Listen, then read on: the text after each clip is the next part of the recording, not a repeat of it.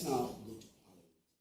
Look at the issues that are coming out from, since Parliament returned. One of the major issues on there has to do with the LGBTQI plus bill that was passed by Parliament some time ago, but has not been assented to by the presidency. What is it?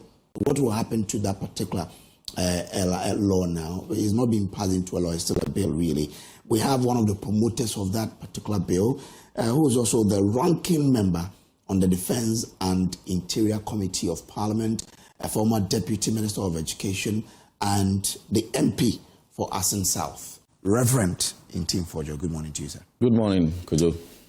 In Kamaka Fanti, but I have a fair idea. On the metro, so don't baby, Fabia, or Muhi, the far old back and so Beckham baby Kaka. Oh, the sense one, so yes, Rebecca. Okay. Let's start from your constituency, really, because you're just returning to the House. What's happening in the Asen South constituency?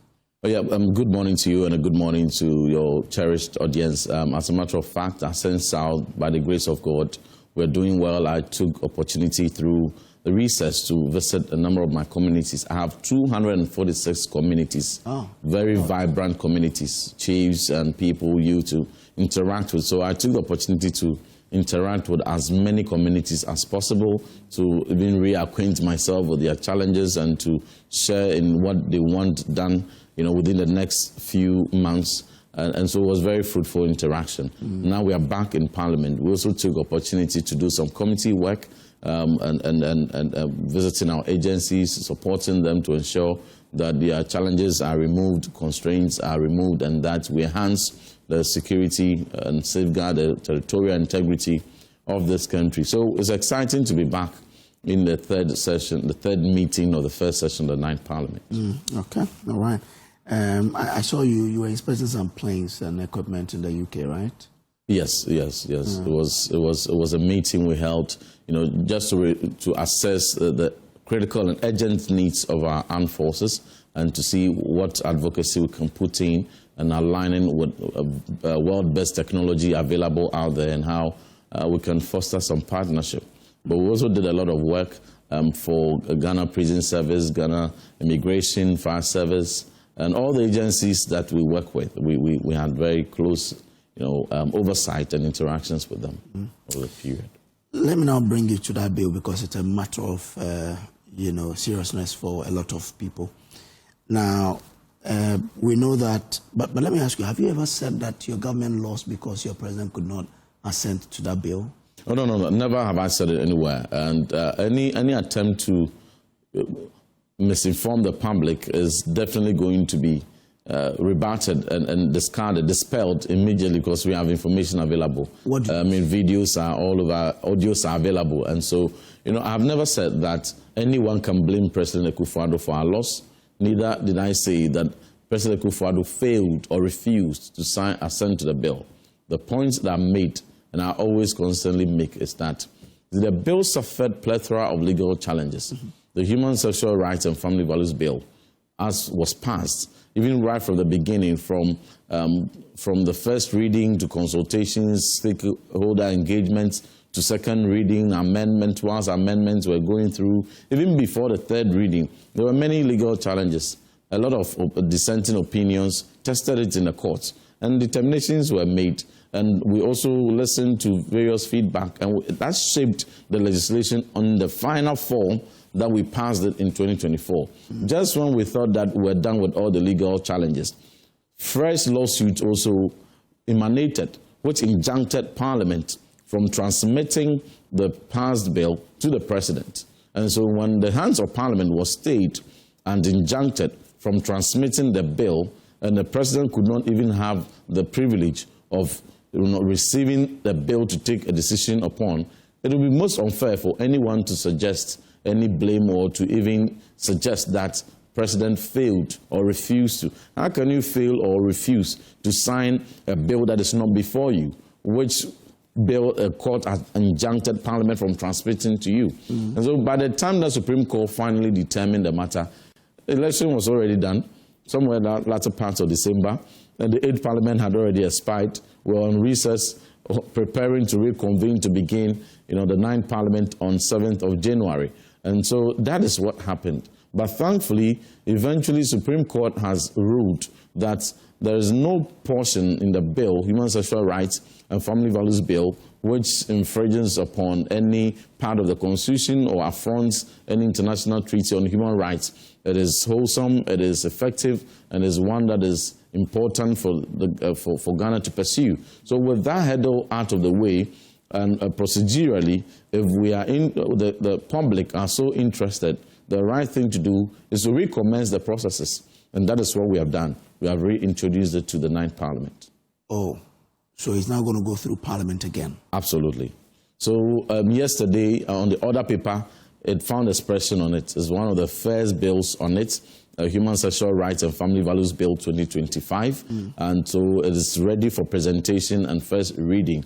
Any time between today and tomorrow, I do not even think that it should go beyond today, because it is already advertised and it's a matter of urgent public interest, and it's a bill that the Speaker of Parliament, Speaker Bagbin, has been consistent in principle in supporting, and so there's no hesitation at all in presenting it for first reading or laying it today. So my expectation is that today, 2 p.m. when Parliament reconvenes, it should be one of the first bills that should be called for first reading, and consequential referral to Committee on Constitutional Legal will be done by the Speaker, and subsequently the committee will invite the sponsors, myself, Honorable Sam George, Honorable Bedra, Honorable Helen Tonso, Honorable Tampuli, Honorable Kwasifwa, Honorable Tony Mier, Honorable Abdul Kabiru, Honorable Nuruddin, Honorable Dolesowa, bipartisan. They will invite us. We'll have engagements with them. Then the other processes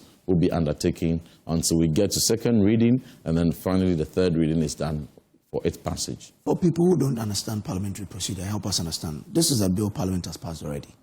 Why is it going through the mail again? Yeah, so Parliament passed it, but every Parliament is unique and different. And so by our laws and our procedures in Parliament, in legislation, any bill that is not completed by a particular Parliament at the time that the Parliament is expiring is odious. And so any attempt to reintroduce that will have to go through the processes again. So you can't have the 9th Parliament coming to continue a bill that was being handled by the 8th Parliament midstream and could not complete it, and saying that, okay, we are coming to take it from here. No. Each Parliament is different, and so if you are not able to complete the entire cycle of legislation, you necessarily will have by law to begin it afresh. But the good news is that all the controversies around it have been settled. All the different states of opinions around it were received. I mean, a myriad and plethora of very important stakeholders, a majority of whom supported and a few who dissented. All the views were incorporated into the final bill that was passed, and all the legal or judicial pronouncements that were passed on all the litigations around it all shaped the bill. And so even the final form that was passed, when it was challenged and Supreme Court held, all these legalities and dissenting and all the controversies have been settled. So it is not expected that it will go through a long period of consultations and amendments as we saw in the previous attempt. This time it is expected that it will go through the mill very fast, because the same stakeholders are going to be assembled, the same people who held same views. There will be nothing new that is anticipated to cripple the process. And so our expectation is that within the shortest possible time, we will all get around the bill, consider it, and then pass it for subsequent and consequential assent by the President. What will be your reaction if fresh objections are raised? Fresh objections could come, but there will be none that will be as monumental and controversial as the major ones already settled, because all the major ones are out of the way. And so once the Supreme Court makes pronouncements on a piece of legislation, if it were done at a high court level or even appeals court level, then there's even opportunity to further, test it higher up. But the Supreme Court has settled the matter. Can be called upon to review its own decision, not so. And it's not expected that there will be any more controversial matters to be settled around this matter than the ones previously, engaged and settled. So the expectation is that this will go through, very, very fast. All the questions, all the debates around it, there's no new dimension. If we had introduced new dimensions into the bill, then it is expected that new controversies will arise. But we are talking about the same bill in the shape and form as was passed in 2024.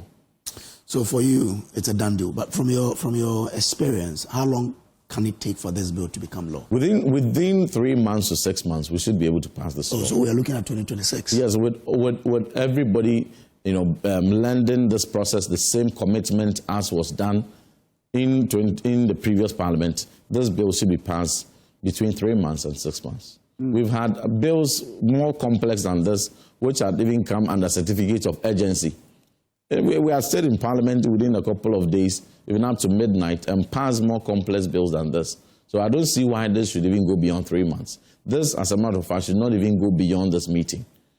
Oh. Yes, if all stakeholders will lend the same, commitment as was done previously, we should be able to go, because there's no impediment whatsoever. This is not like a fresh bill that is starting from scratch. All the major issues have been dealt with. The same opinion leaders, the same stakeholders, they are same that are going to handle this. So what I'm urging and appealing is for our traditional leaders, our clergymen and women, our pastors, our reverend ministers, our imams, all the coalition and CSOs who, forcefully mounted spirited defense behind this bill, to renew that commitment and to embrace it again for us to pass this. Recall that Afrobarometer survey reports in 2021 indicated that 93% of our population actually find the practices of LGBT highly repugnant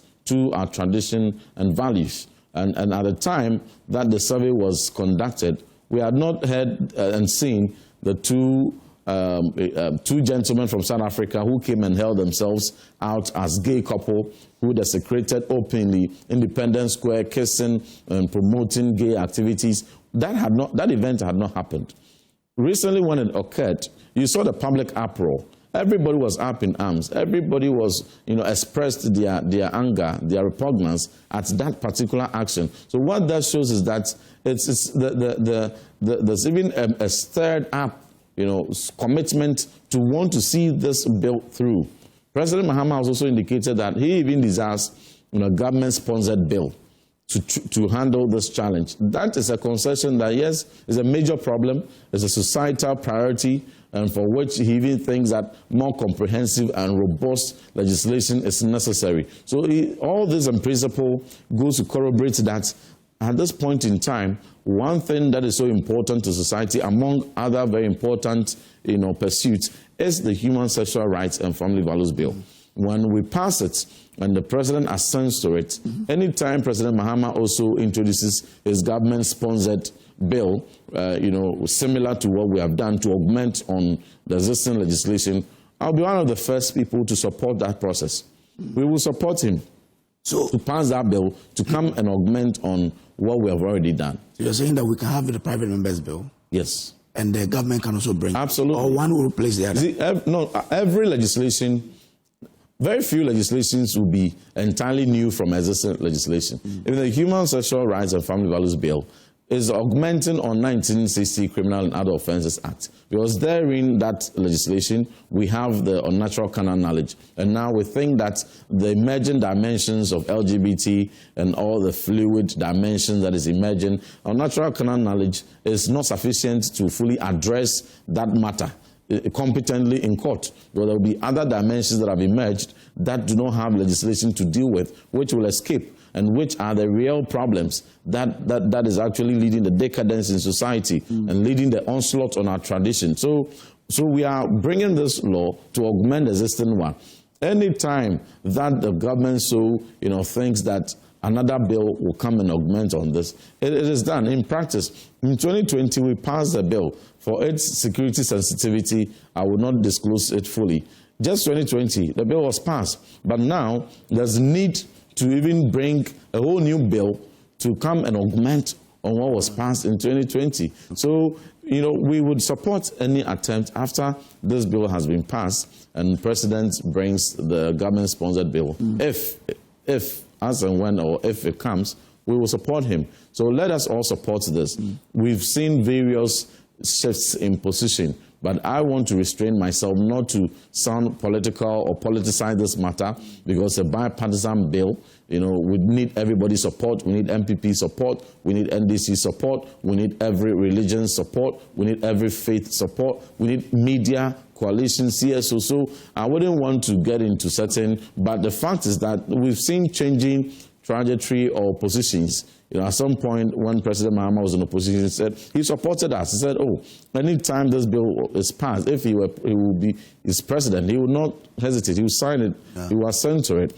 Then, when the bill was passed and it suffered legal challenges, and then eventually, when we had to reintroduce it in the 9th Parliament, he met the Catholic Bishop Conference and on record saying that there's even no need for the bill and that curriculum could cure it. At some point, he met another section of clergy and then changed the position and said that now private members' bill may not even be necessary in his opinion, and that government-sponsored bill is what must be the way. So now we are in the 10th month, you know, but we haven't seen any government-sponsored bill. But we would not take the wind out of the sail. So we will pursue, keep our focus and pursue what we started and did not finish. And when it is done, I believe President Mahama will take a decision on it. And based on that decision, Ghanaians will also have, you know, advise themselves as to whether to applaud or whether to react, and we will take it from there. But you don't see any hindrance from the position you've espoused by the president earlier, that maybe that could get his people on your side to want to restrain from supporting the bill, and therefore the bill comes off. So far, Honorable Sam George is NDC, and he's a cabinet minister, and I respect him for still sticking to his principle. Okay. That his principle hasn't changed. Honorable Bedra is a leading member of NDC, is a senior member of parliament. His principle hasn't changed. Honorable Ntonso, a former regional minister, a leading member of parliament, senior member of parliament, her principle hasn't changed. Honorable Dole Sowa, she's NDC, she's a deputy minister, her principle hasn't changed. Okay. So same for our colleagues on our side. And so it is the expectation that the rest of our colleagues within the 276 MPs will not also shift their position. We've had some new members who have joined. I do not think that they would express a contrary opinion. But as we go through the process, if there are or there is any member of parliament or colleague who may have a dissenting view, as Speaker Bagbin popularly and very famously puts it, he always has a way to say that, you know, for avoidance of doubts, if you are still here as a member of parliament and you don't support this bill, please just rise up and state your case. So and he will repeat it. He did it the last time. Nobody got up. Everybody supported. He will do it again this time. I do not think anyone will restrain. But if there's any dissenting view, the person may feel free to so express. But one thing I can tell is that it's going to be a unanimous support, just as was done last year. You've been a Deputy Minister of Education before. I mean, recently parents had to go through long hours to get their children manually registered with the schools they've been placed at, although they had already enrolled online. I mean, what do you say to that, and how can that be correct? Last year? This year?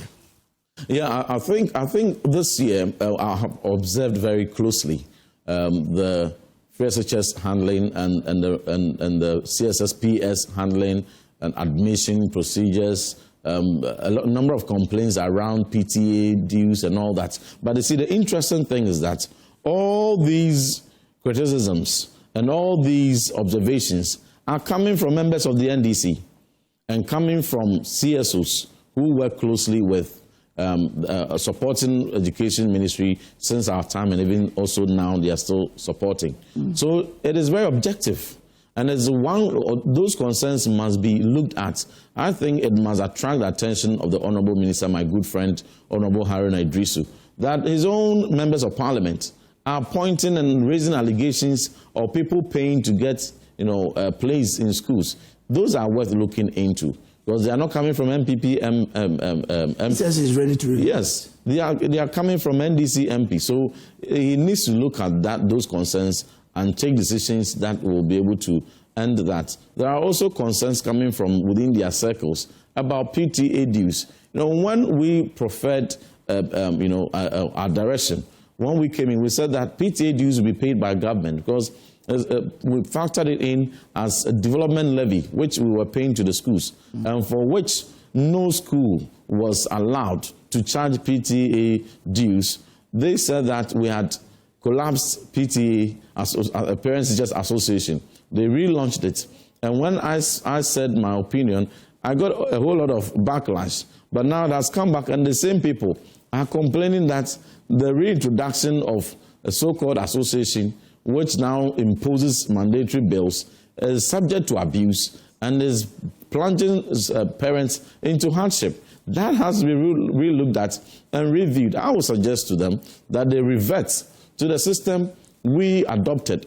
And during our time, you will seldom hear any parent complaining of mandatory PTA fees or having, if they had any extra to pay, it would be voluntary payment or donation. But the parents spoke against how parents were taking out of helping run the school. So yes, so that was the accusation they gave. But on hindsight, they are running into problems, and they exonerate our position that we never took any parents out from supporting the school. And we're on record. Anyone whose child went to school between 2018 and 2024 will attest to the fact that nobody prevented any parent from voluntarily donating items or donating cash in support of specific projects or in support of some meeting specific needs in the schools. Nobody prevented. And as a matter of record, there were semester, meetings by parents, meeting the various school management to discuss issues to do with the awards performance and opportunities in the school performance, challenges and things that they could collaborate to resolve. Every semester there were such meetings that were held. So on what basis will somebody say that we abolished parents' participation in running of schools? The only thing we removed was that no parent must be forced to pay anything, must be forced. Okay. But that is what has been reintroduced. Okay. So they need to look at that. But it's also interesting that all these criticisms are coming from people from within. And so it should be looked at very objectively. Okay. If it were coming from opposition members, there was politics as usual. But these observations and allegations are specifically coming from the NDC. Okay. And it's worth looking into. I believe strongly in the capacity and the competence of Honorable Harun Idrisu and his team to nip this in the bud. Whatever they started that is not working, they should quickly review so that would they improve upon the system they came to meet. There were issues about CSSPS they want to review. I don't think CSSPS in the shape and form as it is needs review. They should revert to the old system and will save them a lot of challenges and they have some improvement, incrementally they can add to it. So they revert to the old system. What do you mean? What have they done differently? Yeah, so the direction that they've taken now have resulted in the challenges and the spillovers that they themselves and their people are bringing out. So for what it's worth, they need to revert to the system that though CSSPS did not come without challenges, it wasn't as we're hearing now. So it is safe for you to use what has worked. And then after a while, when you have had a very comprehensive grip of the system, and then you want to make some changes, at that point, you will be able to have some very, very well-informed reviews into it. But at this stage, I think it's early days yet. Robin, I'm grateful to you. Thank you very much. But before we go, any last words to... Yeah, I want to commend President Akufo-Addo for the leadership he has demonstrated. Yesterday, President Akufo-Addo invited all the 5 presidential aspirants in MPP, had breakfast meeting with them. In fact, it was a very beautiful engagement. Anyone that has contrary view about the unity within MPP, if you were there to witness what went on in President Akufo-Addo's residence, the interaction with all the 5 presidential aspirants, you would revise your notes. And he still continued to urge them and encourage them to conduct their campaign in a way that will keep the unity of the party, because definitely only one will emerge as a winner in a way that can unite the rest and bring along their supporters, because we need a united front. He also made a point that we have to continue to look attractive and to be a very credible, superior alternative to NDC. And that's the only way Ghanaians will give us a chance. And the conduct of these primaries will have a lot to tell what image Ghanaians will have of us. And so I believe all aspirants will heed to this, advice in good faith and keep the unity of our party together with their supporters, ensure that their messaging and their campaign utterances are measured and ones that will not, plunge us into further difficulty. I'm grateful to you, sir. Thank you very much. Reverend Ntim Fordjour is the ranking member on Parliament's Defence and Interior Committee, also the member of Parliament for Ascent South, and a former Deputy Minister of Education. But most importantly, he is one of the members who proposed the private member bill on LGBTQI+ issues. We'll take a break here. We'll be back with more. Do stay.